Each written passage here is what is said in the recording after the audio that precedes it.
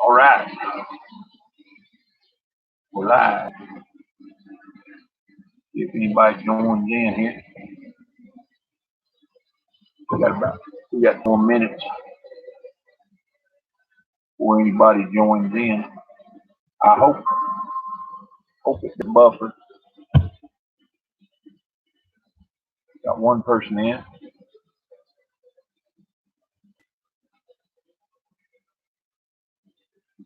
Got 2 people in. Desert Dogs in the house. Cool. We'll let a few more people join in.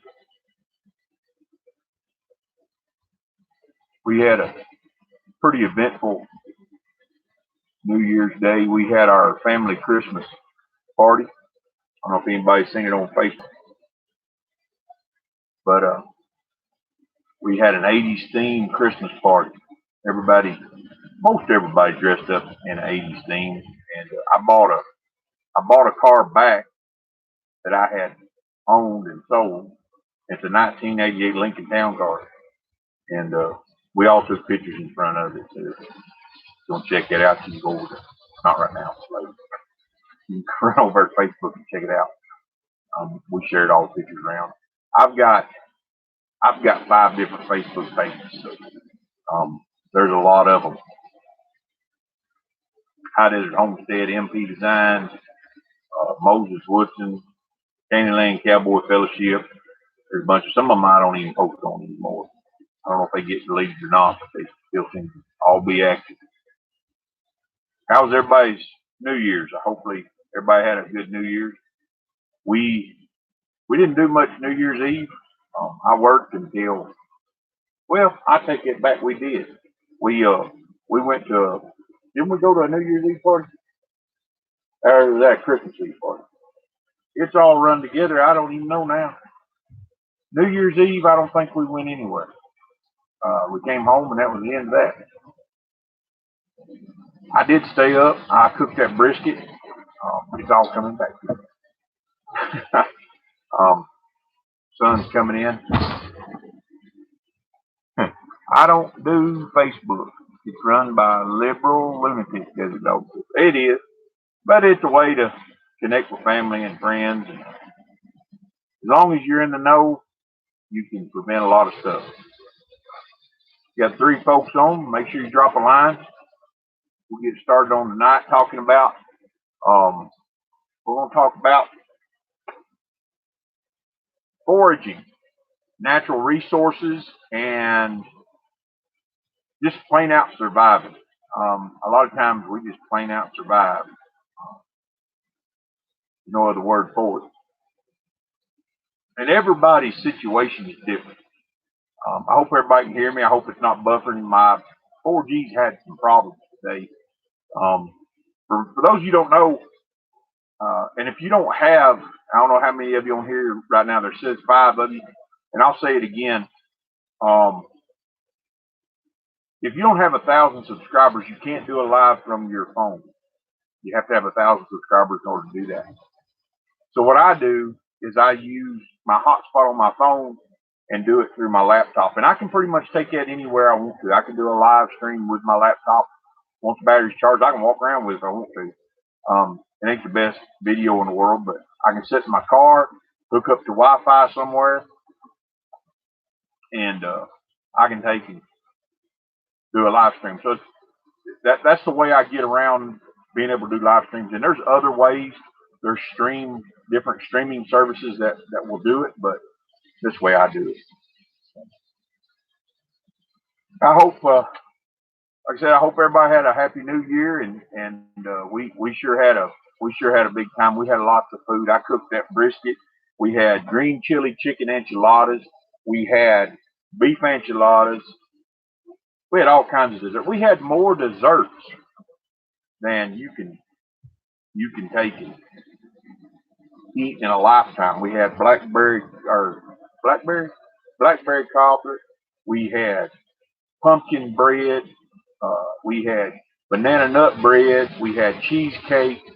We had all kinds of stuff.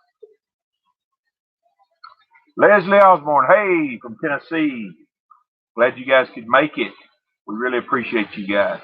They're friends of ours from way back in Tennessee. Hey, Taylor says, hope you had a great New Year. We did. I ate all day New Year's Day. Pathway Home says, hello from Kansas. Nicole says the brisket looked good. It was good. And I ate it the next day, what was left over. There wasn't much left over. Bulldog 477 says, hello, Happy New Year's. Happy New Year's to everybody. May God bless you. May he make his face shine upon you, and may your year be prosperous. I mean that from the bottom of my heart. Whew, that felt good.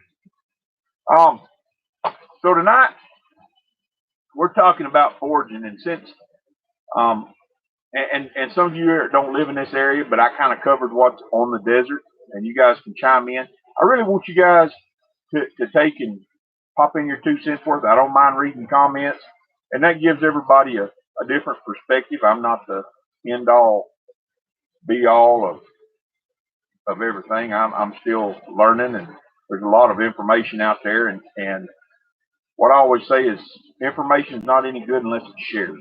So you have something there, and you may think, well, it ain't that big a deal. Go ahead and say it, because sometimes if it's said in a different way, somebody gets it. So it's not about any pride or ego or anything like that. We're just here to help one another out, and they can share the information. Share all. We live in a world of information, and the highest rate of ignorance out there. And that's the God's honest truth. Because most people think that the information that's out there is antiquated and no good. So, talking about foraging, and I just put out a video today about going to pick piñons. We had done a piñon video before, and at that time, we had I had an accident at work, and it took like a month for workers' comp to take and get me my first check.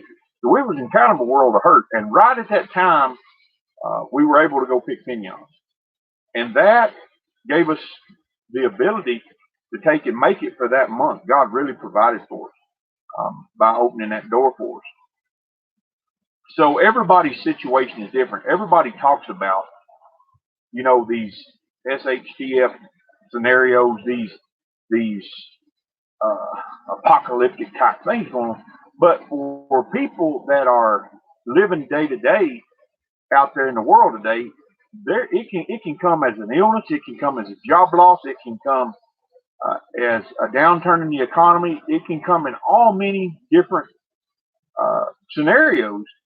And I have talked about this before. We run into that when we were in Tennessee. If we hadn't, and we only had 2 little old acres, and we grew a little bitty garden. It was not a big garden. It was a small garden. And Taylor says, I transplanted 150 lettuce plants today. Boy, that's a lot. Do you have them in a greenhouse? If you got them in a greenhouse or a hoop barn or a hoop house. But if we hadn't had that garden, and I'll go back and forth, y'all, I get distracted. We hadn't had that garden, if we hadn't had hogs, if we hadn't had chickens, we would have been in a world of hurt, because we weren't making any money, and it was raining, and it really made a downturn in our economy. Taylor says, no, I don't. I do hoop tone.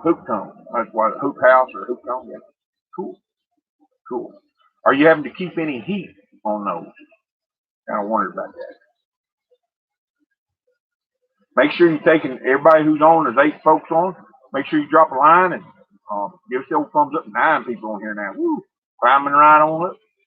We're going to talk about foraging, and on the desert, there are a lot of plants that are edible, and they're in a lot of different states. There's a lot of different edible plants. I'm just going to cover what's on the desert. If anybody else has anything else that they know of, I will preface this by saying, please do your own research. I'm just going to give you some. But hey, Taylor says, I live in the high desert in California, and Josh is in the house. Good to have you, buddy. seen your video earlier today. It was good. I want to preface this by saying, do your own research. Don't take my word for it. What I can do and what I do may not be good for everybody. So I've got a list here of different things I went over today just in my head and looking at different things. And there are a lot of cactuses in the desert that you can eat. I'm just going to name a few, but prickly pears are right off the top. Most of the cactus that you eat in a Mexican restaurant is a prickly pear pad. They grow. There's all different kinds of variety from the little bitty ones all the way up to they can be the size of both your hands, and they can be peeled and stripped or filleted and fried. They can just be eaten in a salad. They're really good and they're nutritious and they've got a lot of water in them. So if you're ever in a scenario where you're in the desert and you're in an emergency situation, you can eat them and get some moisture out of them. The pads can be eaten. They're fruit, the prickly pear fruit. I'm sure everybody's seen. If you live in the desert, you go in the desert, you've seen people make jams out of the fruit that's on prickly pears, and they can actually be eaten. And another cool thing about it is you can actually use that to dye material.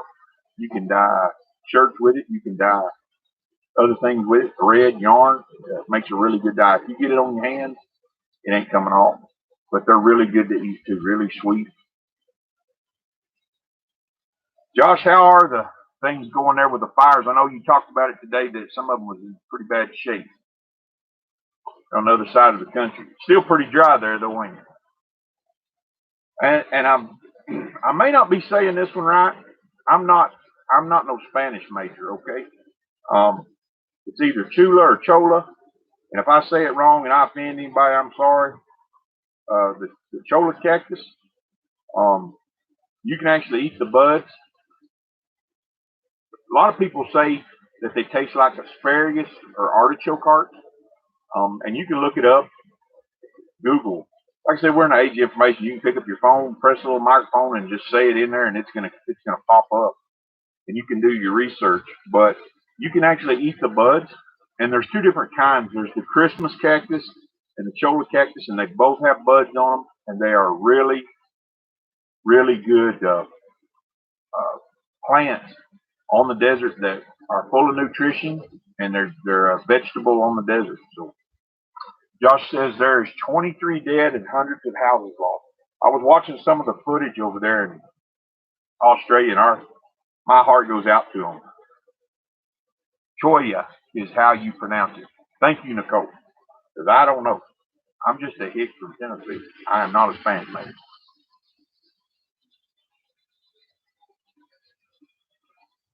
Lots of people over in Australia. You guys make sure you say your prayers to Australia. For Australia, they are experiencing devastating fires over there. A lot of houses lost, a lot of lives lost, a lot of future income lost. We've seen the fires in Gatlinburg and what a devastating event that was, and it takes a long time for it to be rebuilt. I will tell you this: in Arizona, if you're on public land or you're on federal land, it is against the law. It is a finable offense if you disturb certain types of cactus. That's why I say, please do your research. On your private property, I'm sure it doesn't matter. But if you're out on public lands or anything like that, you want to make sure that you do your research and not get in trouble. Nicole says she was in Tennessee during those fires. Yeah, it was a devastating time. It really was for a lot of families, and really sad for those that lost their lives. Anybody else got any cactus or cactus stories they want to take and talk about? I've eaten prickly pear. I've eaten prickly pear fruit. There's another cactus. Not sure what it's called. It's some kind of cactus. I forget what. Hedgehog cactus. That's what it is. You can actually take and cut the inside of it out, and it kind of tastes like cucumber. And you can actually take and cut those out and get water out of them. In the yard, it says Kangaroo Island. They're saying the whole island could be lost. I think I was seeing that earlier today on a news feed. Living Faith Homestead, good to have you here tonight. Bulldog 477, in our area, we can have pine tree tea. Pine tree tea. There's a lot of different teas you can have out there. And I know a lot about some of the plants in Tennessee where I grew up. My grandmother taught me a lot about them. But out here, we have what's called Navajo tea for thread. It's like thread tea, what is it called? Green thread. We just call it Navajo tea. It grows really abundant in the late spring, early summer. It have a yellow flower on top. It grows up, and you don't want to pick it too late in the summer because it gets kind of barky. It's kind of stiff. But we just call it Navajo tea. We drink it. People sell it. It's a really good way if you're taking and trying to make a little bit of money. It's good to have at a flea market. We do a lot of flea marketing on the weekends, and it's a good way to have a little bit of extra something on the table in case somebody wants to buy it. We try to make as much as we can when we go. Between fuel, space rental, and all that stuff, every little bit counts. And Navajo tea is one way to do it. You can go out there and harvest it. It's really good way to make some extra money. A. Taylor says, yes, when I was little, my brother had a nail go through his right foot, and my grandmother got a piece of cactus with wood and wood ash, and tied it to the infection, and it healed quickly. It does have that drawing capacity like a potato poultice. You can take a potato poultice. I've done that with different things on animals and on myself when I had an infection. I mean, I knew what you meant. I knew it was ash. But my sister's here. Julie's in the house. Good to have you here tonight. She might know some other remedies and other things that we used to use that'll be helpful. I know we've used potato poultice, mustard poultice. You can actually take mustard, the plant mustard, and plaster it on your chest if you have pneumonia or flu, and it will draw that stuff out. It'll break a fever pretty quick, particularly when you put a mustard's pretty hot. So Nicole, my wife, does the same. So we're talking about different desert plants. The next one is Ocatilla. I think I'm saying that right. Ocatilla flowers. You can actually make a drink out of those. The flowers, the Ocatilla flowers, when they come out, you can actually harvest them and make a drink out of them. And a lot of people say it tastes like Sprite. It's really refreshing. It's got an effervescent feel to it. So probably further south, up in northern Arizona, you're not going to have it as much, but there is desert chia. It has a purple flower on top. It grows really tall, and the seeds that come out of that, you can actually eat them. The chia seeds. I know a lot of people gather those further south, down along the border, and they'll eat them like sunflower seeds. I've seen a lot of folks down that way do that. So we're moving through my list here pretty quick. Anybody else got any home remedies or foraging suggestions?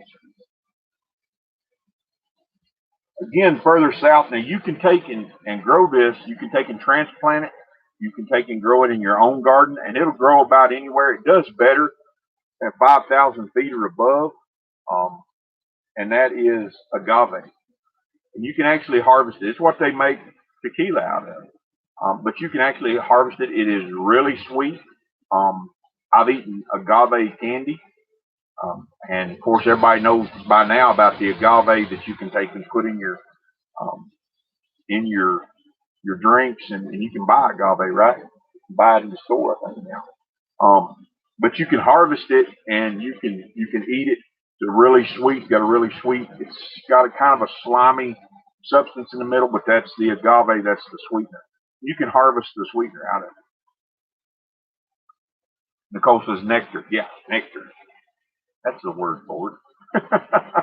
Yeah, that's what's inside of it. So agave. The candy was really that I had was really sweet. I mean, it was really sweet.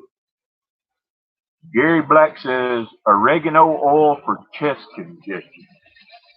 I know a lot of people are using essential oils now, and there's one camp that says there's nothing to it, and there's another camp that really takes and believes in it. And I've used essential oils.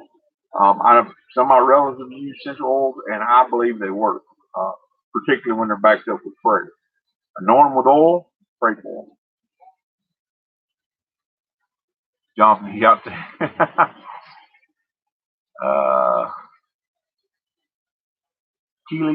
Keely Hines, hope I'm saying that right. Hello to you. My wife grows a lot of mint, and that's what I was drinking last night. Yeah, mint back in Tennessee grows everywhere, but you can grow it. Mint will grow. We have a patch of mint back here on the back of the RV place, and man, it grows really tall. And we cut it down, it's growing right back. So mint will grow about anywhere. And it's a really hardy plant. As long as it gets a little bit of water, that's pretty good. Nicole says, I believe that God created and placed on earth everything you need to survive. This is true. And a lot of it's went by the wayside because people have went off in other directions and they pop pills now instead of looking for those more natural ways. Living Faith Homestead, you can't kill mint. It's hard. You cut it down, you can harvest it, but it takes and comes right back. I know it was the bane of my existence back in Tennessee because it would grow along the creeks and we would cut it down and it would come right back. And once it dried out, if a cow ate it, it would actually make a cow swell up because it would cause so much gas to take and make the cow swell up. Healy says, we have a piece of property in the north central part of AZ. Working on getting my homestead started. Glad to finally be able to join a live chat.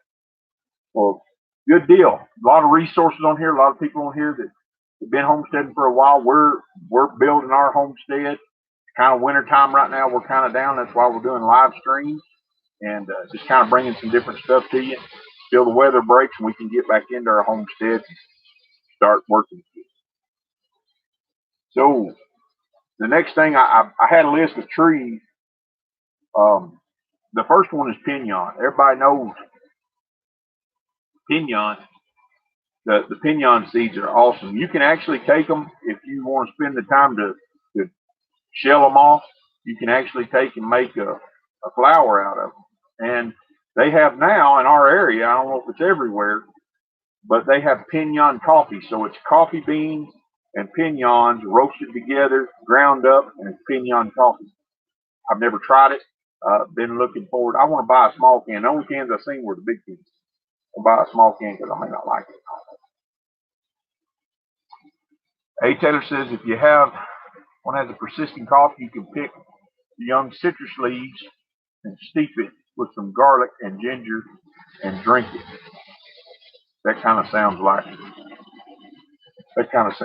hot cider.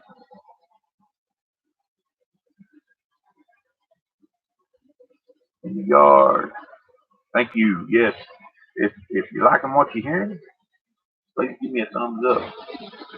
I'm not very good at this live streaming, but I'm watching a lot of them, trying to learn the best I can. My wife's over there moderating and in the yard moderating. Really appreciate you guys. I know we even have a few mesquite trees, and then further south there's a lot of mesquite trees. But horses and cattle will eat mesquite leaves, and the beans can be harvested. You can eat the beans, or you can wait until they're dried, and you can grind them and make flour. It can be added to soups to thicken soups up. It doesn't have a whole lot of, what's the word I'm looking for? It doesn't have the stuff that people are allergic to in regular flour. What's that called? I don't know what it's called.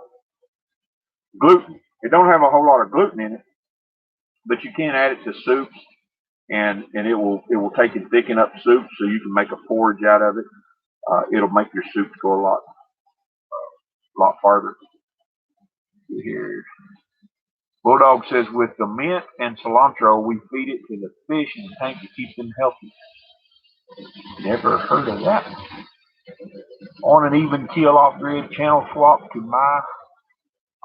What? I don't know. Nicole says mesquite jelly. Yum taste like a cross between honey and apple jelly. Nicole, Navajo Creations is my wife, so she's giving you a shout out there. Wanderlust. Hey, Wanderlust in the house. Good to have you here tonight. We're talking about foraging. We're talking about taking in natural resources and just flat out surviving. I mean, there's been a few times where we just flat out survived, particularly when I was younger.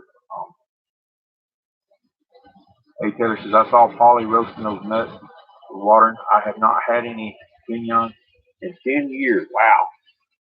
I eat my fill of them, let me tell you.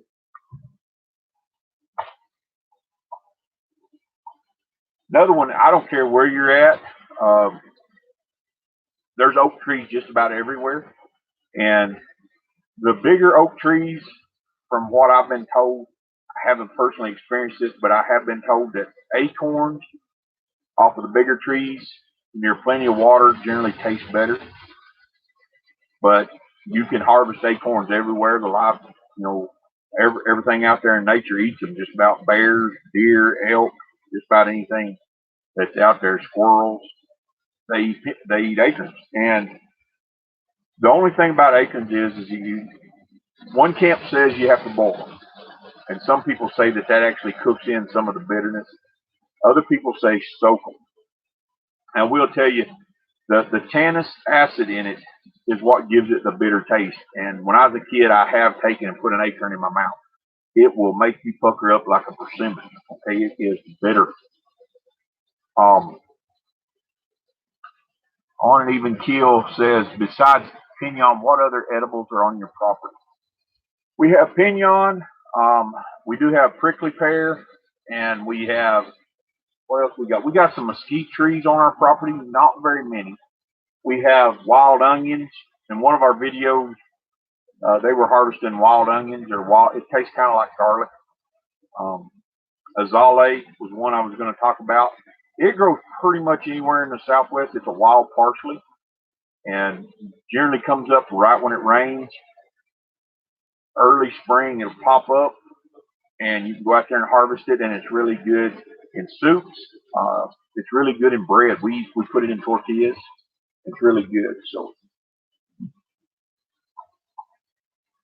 that's pretty much, on our little 10 acres, that's pretty much what we have. So Bulldog 477, we have,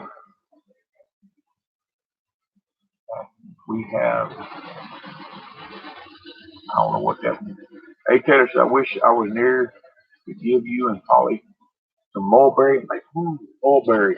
We actually have some mulberries here at the RV park, and I actually ate quite a few of the mulberries when I was out doing irrigating and stuff. Next year, I'm actually going to try and get water on these mulberry trees early so that we can take and have some bigger berries. This place wasn't took care of, so the trees didn't do real well last year. I'm going to get water on them early and get those mulberries out, and we're going to be harvesting some of the mulberries. And that's a tree, as long as it has water, does really good in the desert. So the acorn, you can use that. If you boil it, you can use the liquid that's left over. It's full of tannous acid, and you can take and tan leather. That's actually where tanning leather, the term comes from, is from tannous acid, and it cures the hide. You have to really boil it down and make it thick. If it's too liquidy and looks like tea, it probably isn't strong enough to actually tan the hide the way it needs to be. But you can use it for that if you boil it down and kind of concentrate.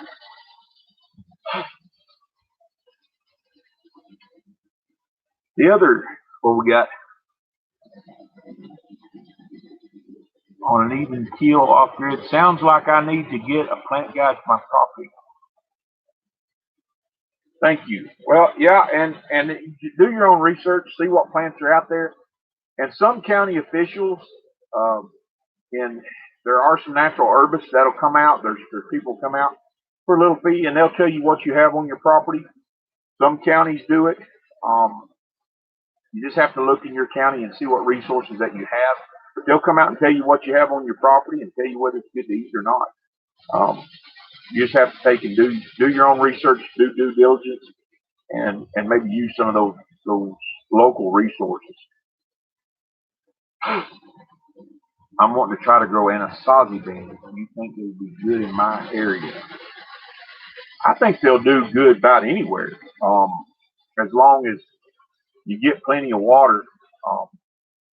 I haven't had me personally, I haven't had a lot of personal experience with them. I've seen other people grow them, and they seem to do really good. The only problem with beans in this country is the wind. If you have a lot of wind, it dries them out. You've got to have a place. Now you do a hoop tunnel, so you should be pretty good.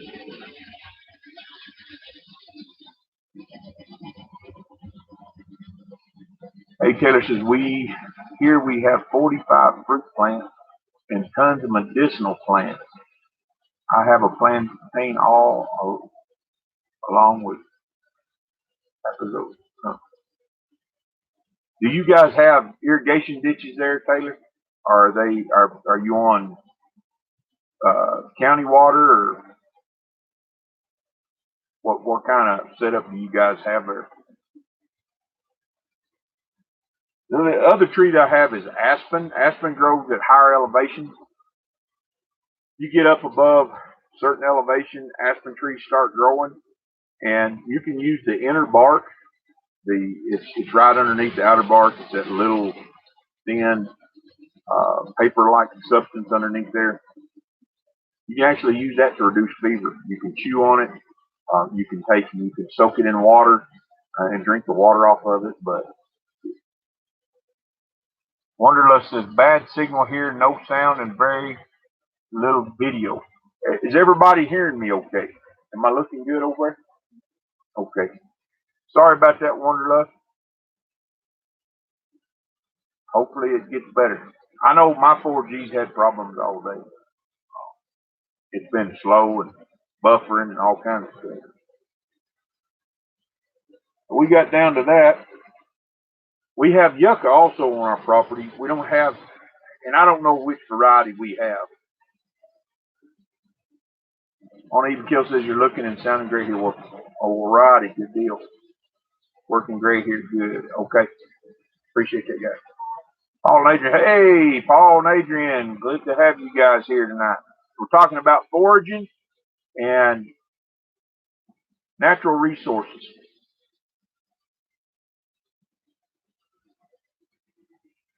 Alrighty. Josh is hearing us loud and clear in Australia, so signal's loud and clear. Hey, Taylor says he's on city, but I harvest the water from my husband's fish tanks and save them in barrels and water my plants. Hey, fish waste is good fertilizer for plants, sure enough. And that's how aquaponics works. And I don't know if I want to get into aquaponics. I like to hunt and fish, so I don't know if aquaponics is something I want to take and invest in. I don't know. It seems like a lot of work. I've seen other people do it, and it looks really good, but I don't know. I'll have to wait and see on that deal. So yucca, we have yucca plants on our property, and there's a lot of different varieties of yucca. Different areas that you go to, different deserts. There's different yuccas, but you can pretty much eat the whole yucca plant. I did not know this. I knew you could eat the yucca fruit, and I knew you could eat the yucca root. But I didn't know that you could actually eat the stems, the budding stems as they come up. You can actually eat those. And you can peel the spears. Some of the wider varieties, you can peel it. You can eat the inside of that spear. Not sure what it tastes like. I haven't had any personal experience with it. I don't know. But they say you can pretty much eat it all. I knew you could eat the fruit, and the Navajos traditionally make soap out of it. It makes a really good soap. There is if you eat too much of the root, there is a compound in the root that can be toxic. You eat large amounts of it. I got it wrote down here somewhere because I didn't know what it was. I knew that if you eat too much of it, it could start taking and making you sick. But saponin, saponin, saponin. I guess it can make you sick, but it's like taters, basically. Like the root is like taters. Some people like it in different dishes. And all of these things, if you're in a situation where money's tight and things are not doing well, things are not going well for you, these things can save you some money. On an even keel said, wouldn't you want to let the buds grow on your yucca so it will potentially provide additional plants? Or do you try to find it? I don't know. I like I said, I've never harvested. I know the buds can be eaten, and I've seen people do it. I've never personally done that. So I mean, if you've got a big old huge patch of yucca, you could do either or. I've got enough on our property that we could probably do half and half and be okay. But like I say, this is it. This is a scenario where maybe you lost your job. Maybe you got a sickness in the family. Maybe there's a downturn in the economy. Whatever happens, maybe the stores shut down. Maybe the trucking industry quits delivering. Whatever it is, and we've talked about these things before, there's all different kinds of scenarios. In 3 days, if trucks don't run, you have no food at the store. Maybe it's not widespread, but maybe it's in your area. We've talked about this about Katrina. During Katrina, those people were pretty much locked there. They couldn't get in, they couldn't get out. They didn't have nothing except for what was right there. It can come in all different kinds of scenarios. Snowstorms. There's all different kinds of tornadoes and bad weather. Anything can happen, and these plants you could survive on them if you had enough of them locally, but they would help supplement your food supply to where you could take and make it. Would you want to subsist on them all the time? Probably not. But, if you know about them, particularly if you say you got stranded somewhere, you wouldn't go hungry, until help comes. There's all different kinds of scenarios out there, and knowing these things, knowing about these plants, will take and save your life and make life a little bit more comfortable for you. I know a lot of people in Alaska, up north in Canada, even in Colorado, they live a subsistence lifestyle. They hunt, they fish, they gather, and they supplement it with a few groceries, some of the flour, sugar, that sort of thing, and that's how they live. And they live on a very meager budget, but they live a free life too. I mean, they're out enjoying the outdoors. Excuse me, all. I had to have a drink. My mouth gets dry. What's that? Off the grid, Desert Bulldog.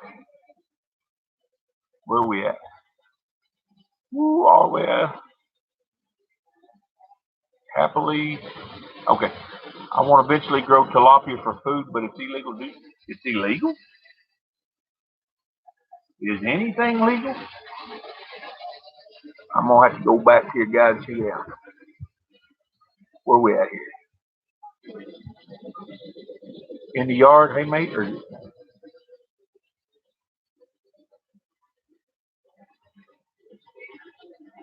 cactus preserves and syrup. Yeah. Particularly out of particularly out of prickly pear. You can do a lot of things with prickly pear. I know. I've never had any. I've seen them. I can't remember where I've seen them. I've done a lot of service calls all around the country, but I've seen prickly pear cactus pickles. I think they would be really good. Seems like a lot of stuff is illegal cowboy. That's what I was going. That's what I was thinking about. In the yard says I'm growing silver perch. Oh, you're talking bulldog. Okay, that's good. Hey, and check out everybody's channel on here. I said it in my announcement. Make sure you check out everybody's channel. That's what we're here for. Grow everybody's channel. Swap stories back and forth. Learn as much as you can from everybody. Josh has got a good channel. I've been to just about everybody's channel on here. There's a whole lot. There's a whole lot of channels and so little time when you're busy working. Hey, Taylor says, I spoke to my brother who lives in Montana, and he told me that his freezer is full with venison and elk meat. I don't think there's any better meat than elk meat. And a lot of people think, Nicole says, I don't have one. You don't have a channel. That's okay. You can start one. I believe elk meat is the best meat out there. I love it. It has no cholesterol in it, cholesterol free. So is venison. But it is awesome meat. And you don't have to have, trust me, I know, because when we started out hunting in Colorado years ago, we had the most mixed-match bunch of camping gear and just whatever we had, guns, and Jonathan can attest to this, my nephew John. It is, people have this idea, okay, I've got to have this certain gun, and I've got to have this certain equipment, and I've got to have, all these different things to go out here and hunt, and you don't. You just have to know your area, know the laws. Jonathan goes, what? I'm talking about kind of what we had when we first started hunting there, Jonathan, in Colorado. We didn't have, when we started out, we didn't have the best equipment to go hunting. And we still did all right. And as years went on, we improved our equipment. We bought better firearms. We bought better stuff. Redefine Living. Good to have you guys here. You've never tried elk meat. It's good. It's the best beef there is, in my opinion. I've eaten a lot of it, and one of my favorite meals of elk is you take it and you dry it, and then you fry it. We dry a big piece of it, fry it, and then cook it with potatoes and onions, or even just onions and eat it on a tortilla. It's really, really good. My mouth's watering now thinking about it. So you don't have to have the best equipment to go hunting. And not saying not operational. I'm just saying you don't have to have to go spend a lot of money to go hunting. You can take and use what you have as long as it's operational and safe, and your clothing keeps you warm, and you're abiding by the laws. You can take and go hunting and get yourself an elk, get yourself a deer, get yourself an antelope. Those are some of the animals that we have in Arizona. So we've talked about pretty much all the plants that I know of. If anybody else knows any plants on the desert, I'm sure there's a lot more out there that we could take and eat. So that's something that one of my things living on the desert that I want to take and get a better depth of understanding of the native plants. That's something I want to do this year and to continue to do. So we got into hunting, talking about hunting. In Arizona, we have deer, elk, antelope, pronghorn, bear, javelina. And if some people don't like hunting, that's fine. My philosophy is if you don't like it, you don't have to do it. Some people have a problem with it. I grew up hunting and fishing and slaughtering our own animals for meat, and I don't have an issue with it. I knew where food come from the time I was little bitty. Um, Chicken dinner on Sunday wasn't go to KFC; it was go out in the backyard and get a chicken. That was chicken dinner. It wasn't running to KFC or Church's Chicken or wherever else. You were going in the backyard and you was gonna pluck that thing. Mom was gonna put on a pot of water and you were gonna pluck that chicken, and that was gonna be Sunday dinner. So I knew where food come from. So I don't have an issue with it. If you do, to each his own. I'm not against anybody having a different point of view than me. RG Homestead. Good evening. How did your homestead in all? Good evening. Hope you had a happy new year there, RG. Hey, that's how we did it growing up. I agree. Tell Jonathan we used to make our own bows and arrows in the 1960s. Did tons of tracking. We also did tons of fishing. And we were always fishing. It seemed like in the summer and the spring we were fishing. In the fall we were hunting as much as we could. And it wasn't a subsistence lifestyle where that's all we were eating. It was a supplement. It supplemented our income. It supplemented our groceries. And we eat turtle growing up. We would catch big old snapper turtles, mud turtles. We actually have mud turtles in Arizona in some places, and you can harvest them. There is laws regulating them.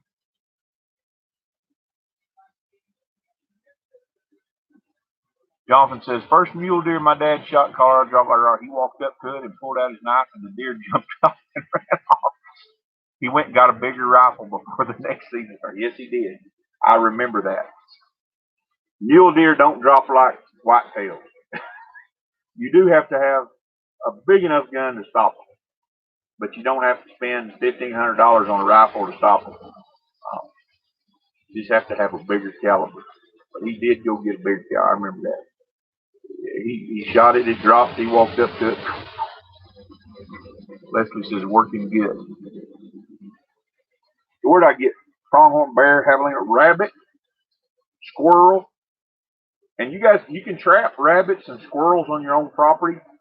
There's a lot of different trappings, and trapping is a good way to supplement your income. And there's a lot of counties, not just Arizona, but there's a lot of counties that offer a bounty on coyotes.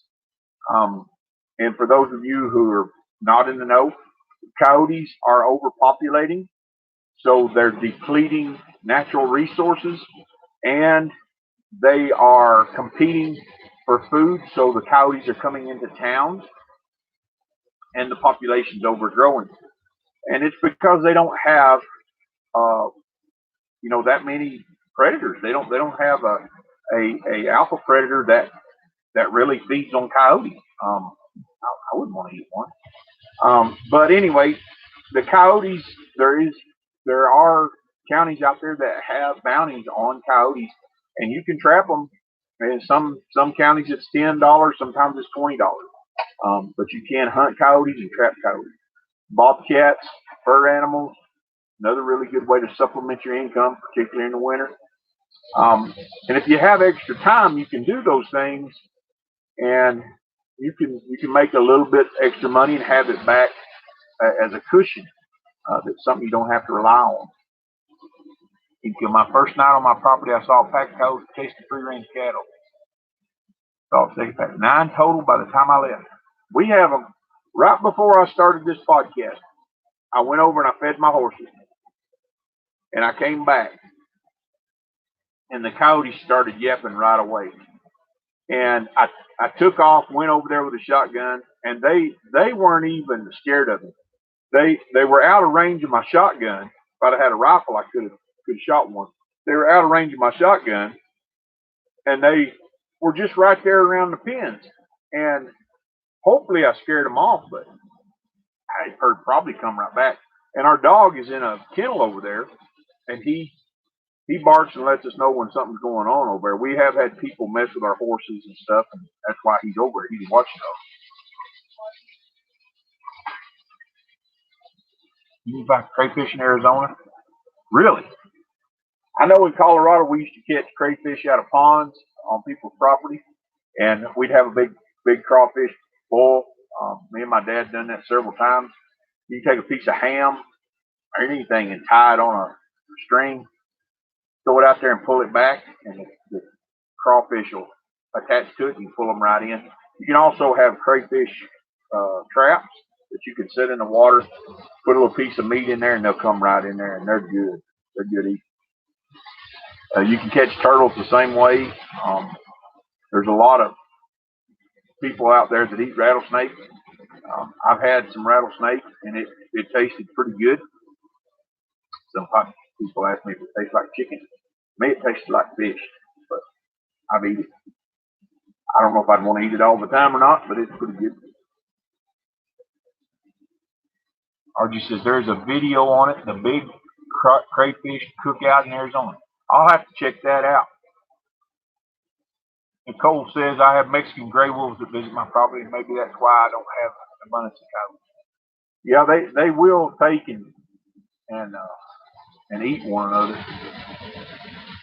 Redefined says the first night on my property, I was in a tent with my son, and the coyotes must have known we were there.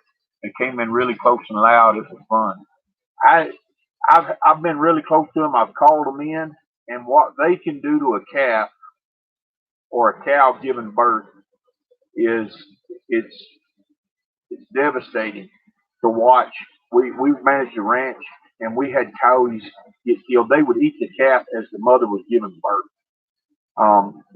They are a vicious animal, and people not harvesting them, not taking and thinning them out is what causes that.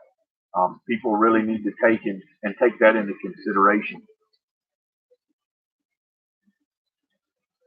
On an even keel says, won't the introduction of another pair just lead to a population growth? Where? No, and that's why we need to harvest them. That's why we need to take. They use their pelts in the fur trade, and they're predatory animals. They need to be thinned out. They need to be trapped, and that population needs to be decreased so it gets on an even keel, and then all the whole ecosystem is balanced. And we caused that. I'm just going to be honest with you. We caused it. We took and we built into their areas, and we encroached on their territory, so they don't have as much territory. So you're taking a population that used to encompass miles and miles and cramming it down into one spot, so it becomes overpopulated. Then they have to take and compete for food. They have to take and compete for territory. They have to, all these things.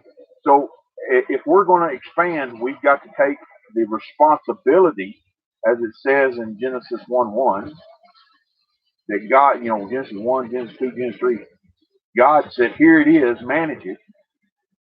If we don't take that responsibility, then it gets out of control. But it needs to be done in a responsible manner, not these people that just want everything to be everywhere.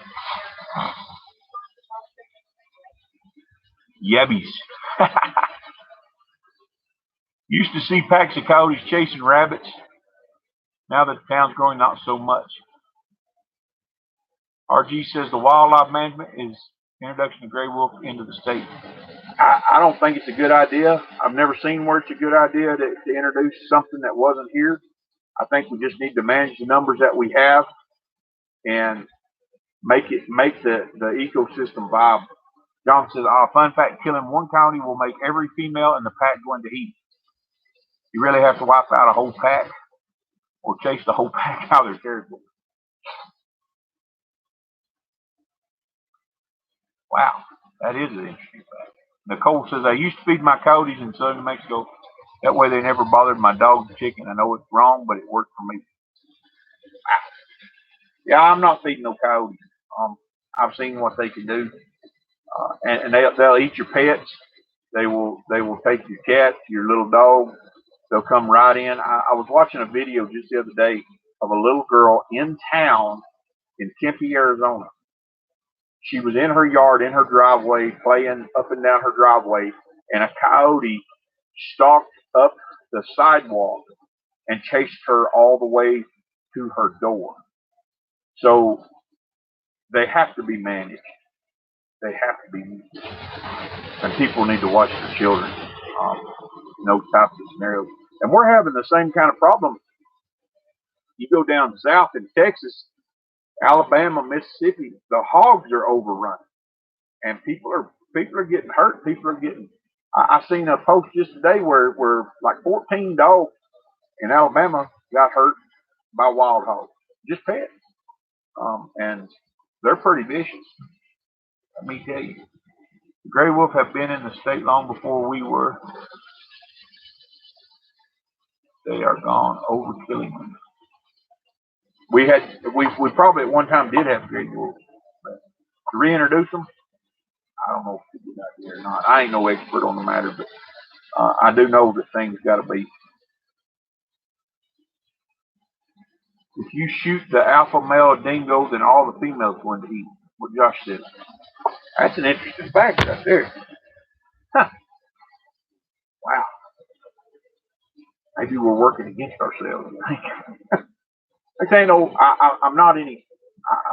I'm not any kind of expert on ecosystems, conservation, or anything like that. But I think if people take care of their own property and they take care of the situation around them, then things will, in a responsible manner, I think things will equalize out. It'll take care of itself. But when we let things just take over, then it gets out of hand. You're gonna keep losing pets. You're gonna keep losing livestock. You're gonna keep having problems. So we've covered all different stuff that wasn't on my list. Rabbits, squirrels. I love squirrels. Squirrel is good meat, particularly if they've been eaten. Pinon, acorns, a lot of those nuts. Squirrels is really good meat. Tastes like pork, in my opinion. You can make squirrel dumplings. You can have fried squirrel just like you fry chicken. You can bake it in the oven. I've eaten squirrel every way there is to eat squirrel, and it's all good in my opinion. A lot of people I know have eaten prairie dogs and still eat prairie dogs. There's a lot of prairie dogs out there. And in some places they're a nuisance animal and you can kill as many as you want. Now years ago they said that the prairie dogs caused blue bonnet plague. I don't know. But it was actually the fleas on the prairie dogs that was carrying the plague. But you can't eat prairie dogs. I know I've got a brother-in-law. He said they used to eat them all the time growing up. They didn't think nothing. They'd roast them right over the fire and eat them.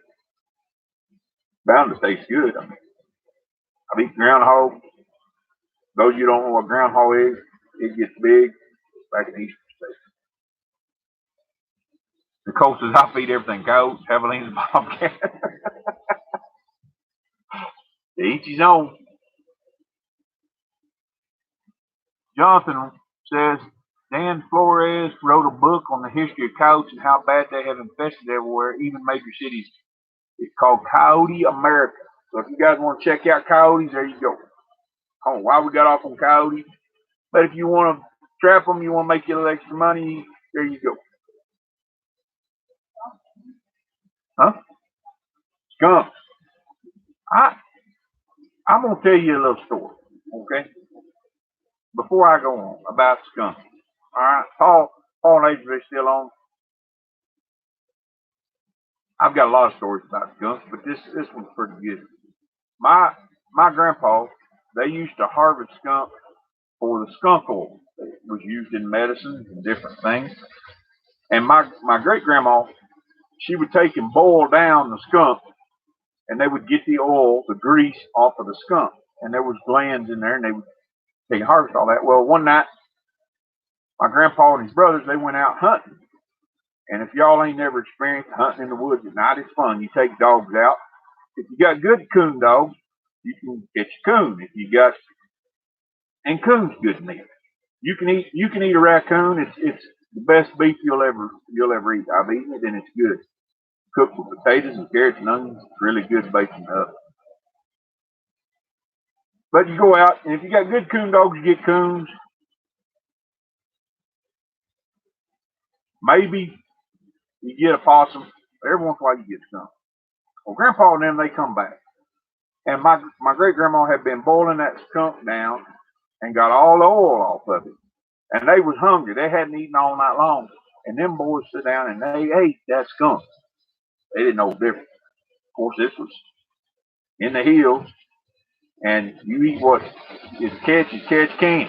Okay? So they eat that skunk. I got other stories about skunk. People have been sprayed in my family and everything else. Skunks are interesting critters.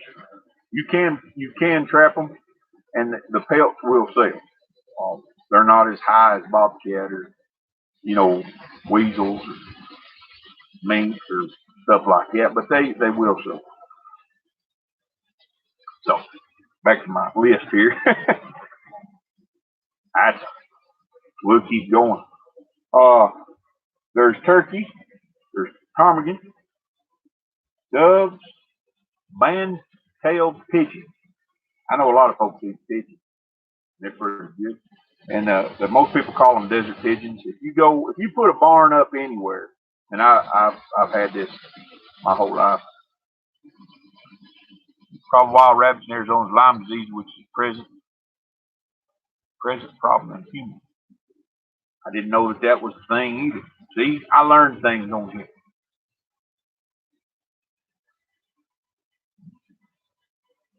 In the yard says they have wild hogs. Yeah, you were talking about that earlier today. RG Homestead.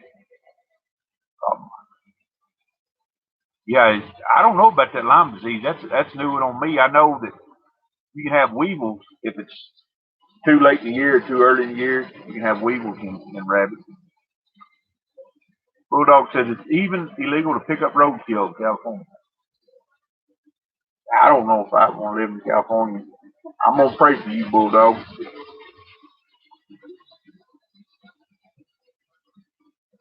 John says a skunk scan scalp will keep your head just warm.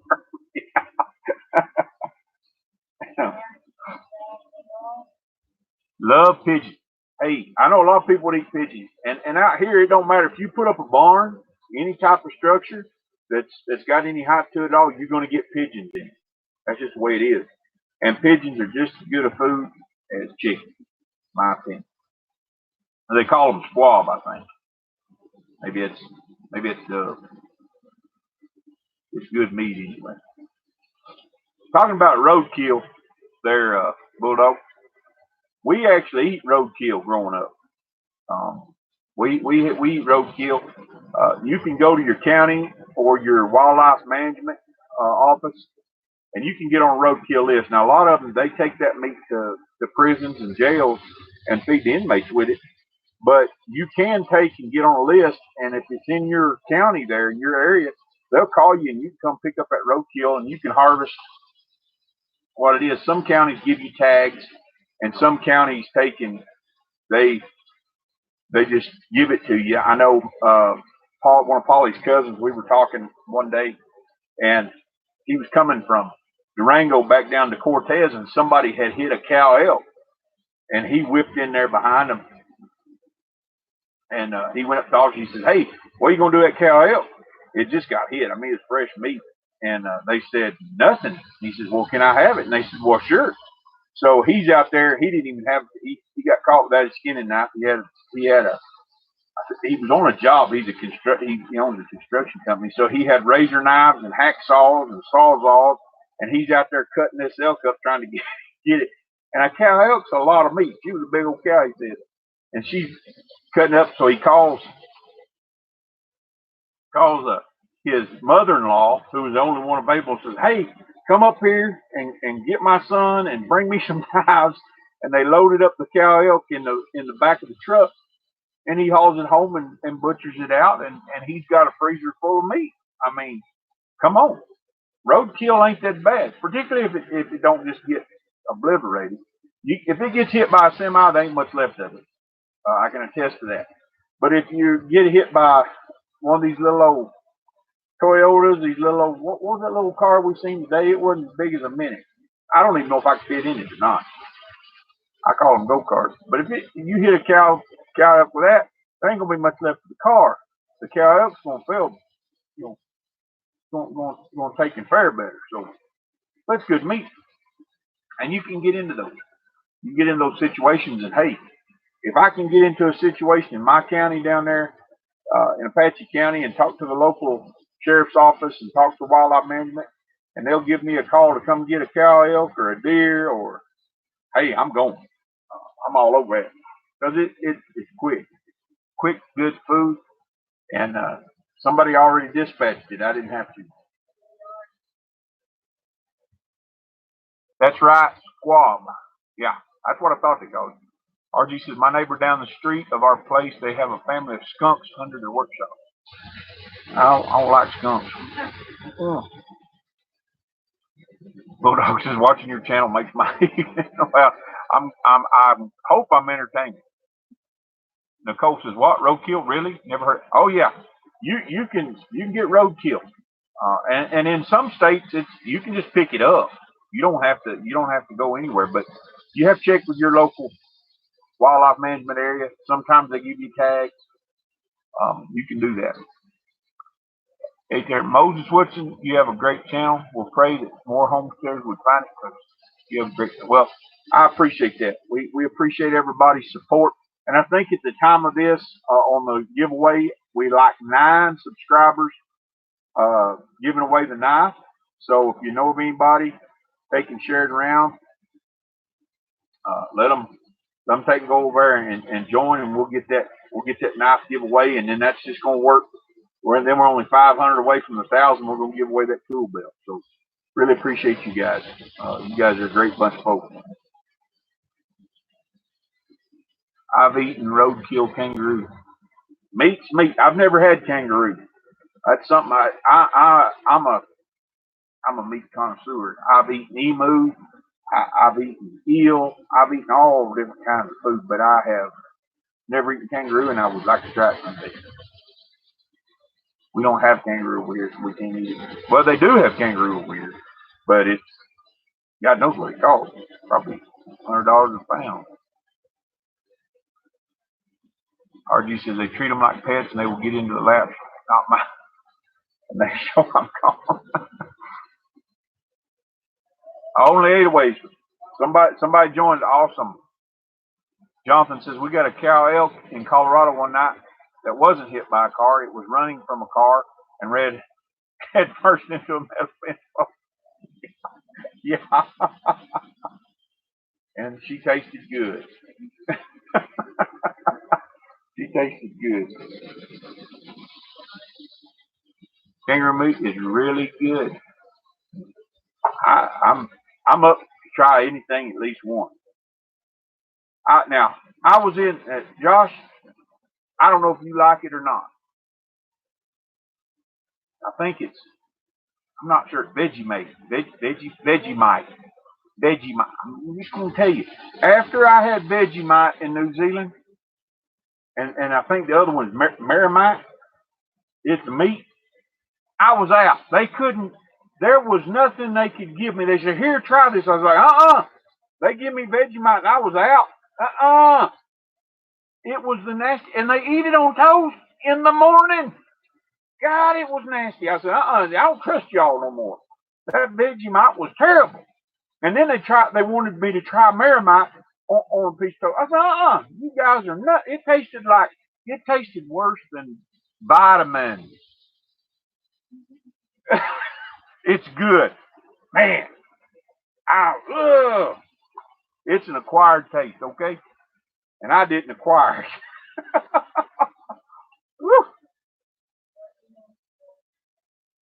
Too bad you could not have filmed that one. It would have been great.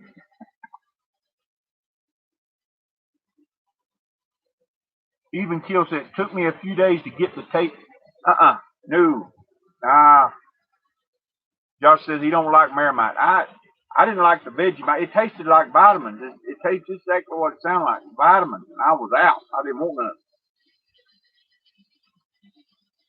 RG says he's eating all over the world and will try just about anything. I'm glad he did it as a young man.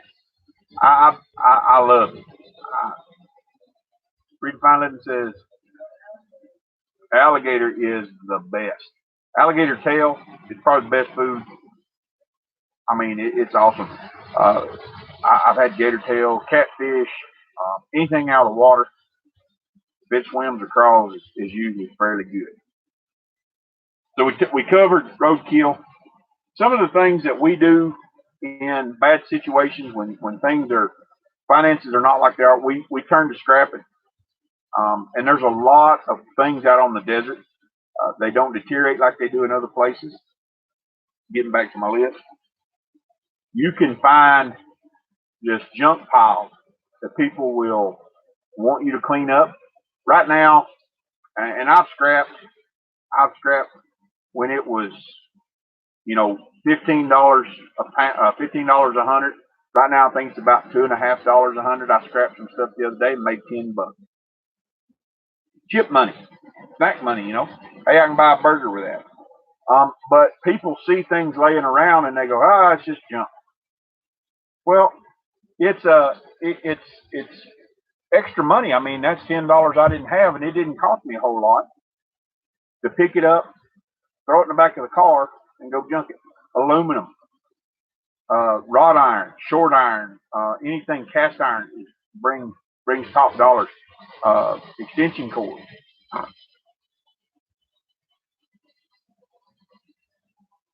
The only thing, unless I want to burn this lumber, I must have missed something. I too have been all over the world and tried a lot of food, but can't get past the smell of chitlins. Chitlins are awesome. You guys eat Vegemite and you can't eat a chitlin? You need to try some of cheese. So when we butcher a sheep, and you can buy it here locally in the store, right down here at the store, there's another store right up the road you can buy it. A sheep, they take the fat, the belly fat usually, what we call a sweetmeat, and they clean the gut out and they wrap it around the fat and make like a sausage out of it. But it's wrapped, it's not shoved into it, it's just wrapped around it. And they tie it up, and then you throw that on the grill, and it'll hiss and bubble and sizzle. We had some here the other day, just cooked it up. It got kind of crispy, but it was good. The taste is what is so awesome about it. And you can throw it on a piece of tortilla, throw a green chili in there and eat that. Good. John says it wasn't our car, someone else's. They called the game warden. He called us at 2 a.m. if we wanted it. It's a list you sign up for, and they call you to come pick up the meat. It's like going to the grocery store, except you're going to the highway. RG says it's all in how it's cooked. If you don't know how, it's not going to taste good. This is true. Oh yeah, a cheat is awesome. It's a delicacy. I love it. Here we can get one. What are they? About 6-8 inches long. About 6 to 8 inches long. $2.50. After I ain't had no supper, and I'm starting to make my lunch. So scrapping is another good way to make extra money.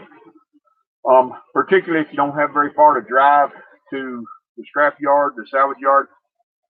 Aluminum, wires, extension cords, all that stuff. I pick that stuff up. If it's laying around and somebody, hey, you want that pile of wire? No, go ahead, take it. I'll take it.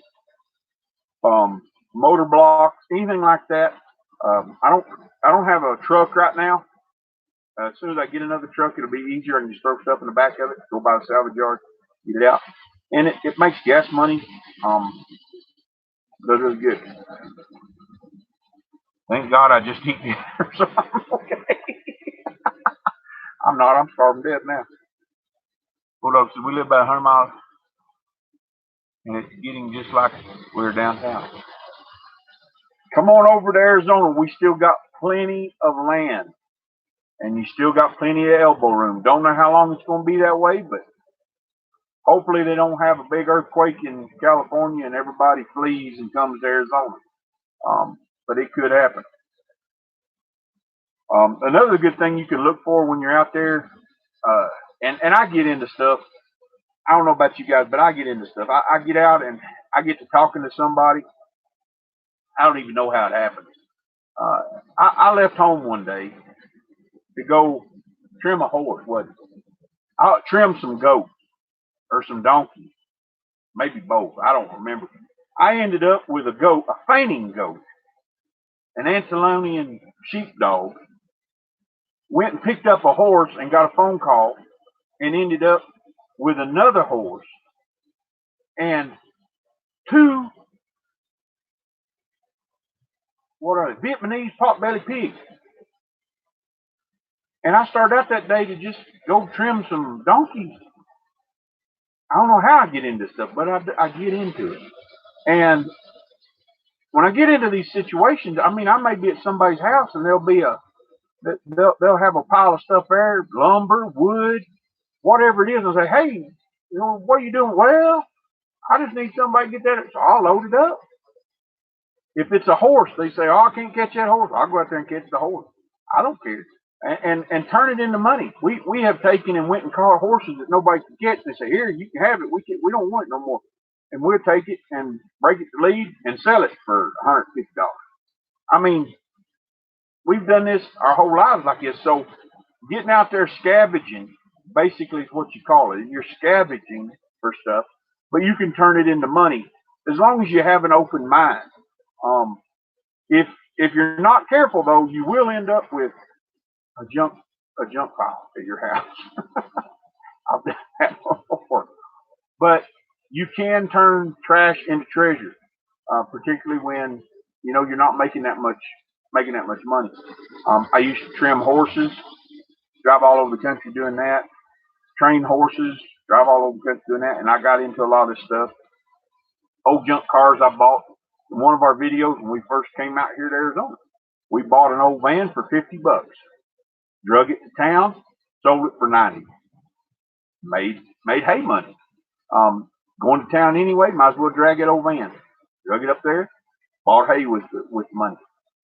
There's things that you can do in a bad situation that will take and get you through. The biggest thing that the reason why I think we get into those situations is the provision of God. I think God opens those doors for us because a long time ago, one of my prayers was, God, I want to do your will. That's my prayer every day. God, I want to do your will. Show me your will. Show me your way. And he opens doors and provides for us, just like the Pinion. We were out of money. We didn't have any money. We didn't even have any groceries. We still had horses to feed. We still had places we had to go. We still had car payments. We still had everything that we would normally have coming out of a check. And God opened that door and we were able to go get Pinions about 7 trips and made the money that it would take to get through the month for 30, 45 days until my workers' comp check started coming in. You can do it. You can do it. Bulldog says, like I said, I'm waiting for my wife to retire. I'm counting the hours. I'm not a liberal, and that's why I have problems here. Amen. Come on over to Arizona. We'll be glad to have you. RG says, as you're willing to do the work, it helps back fill the income for the month. Yeah. Josh says, God's way is the best way. Amen to that, brother. And if you wait on him and you follow him, he'll open the doors and be in his will. That's the biggest prayer I pray, and let him open the doors, and then I walk through them. That's the way we've lived our whole lives, and that's the way we've made it all these years. Redefine is leaving. Got to go. Have a great weekend. Thanks. All righty. Glad you guys stopped by. We'll have to check out that fun run. First weekend in May. We'll have to check that out. Thank you guys for stopping by. I about covered everything. The only thing that I probably didn't cover is just keep your eyes open. when you're, especially when you're praying, don't get in. If you're having a hard time, if you're going through something right now, if you ever find yourself in one of those situations and you're praying, keep your eyes open for opportunities, because there's opportunities out there everywhere. Whether it's harvesting apricots like we did this year and selling them, harvesting apples. We look at Facebook Marketplace. We look at all these different things, and hey, man, we'll go run and grab some apples. We gave away apples. We sold apples. There's a lot of different things you can do if you just keep your eyes open and keep yourself focused on God and His will. Doors will open. That's how we ended up here at this RV park. Our situation changed. Things weren't as good. Downturn in the economy. Boom. We had to have another place to live. We this door opened and we walked through. Hey, Lily Homestead, good you're here. We're about an hour and 20 minutes, so we're talking about foraging, surviving, natural resources, different things we can do. Glad to have you in the house. RG Homestead, the property is north central AZ. Just got our 40 acres in June. Seems like 40 acres is, Bulldog says, God bless Mr. Woodson and have a wonderful week. Glad you're here.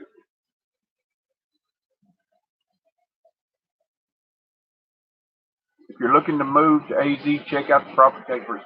Our property taxes are $39 on 10 acres is $39 a year. They're not much at all. It depends on what county you're in, really. You just have to check it out in your local area. 40 acres seems like that's what they subdivided everything into in Arizona. Most places that you see in Arizona are 40 acres. Hey, Ted, I'm using your plan, Mr. Woodson, planning for the day to get out of California. Remember, God will always have you. Have a great weekend. Say hello to Polly. She's on. She can hear you. We are near the I-40 and 89 interstate.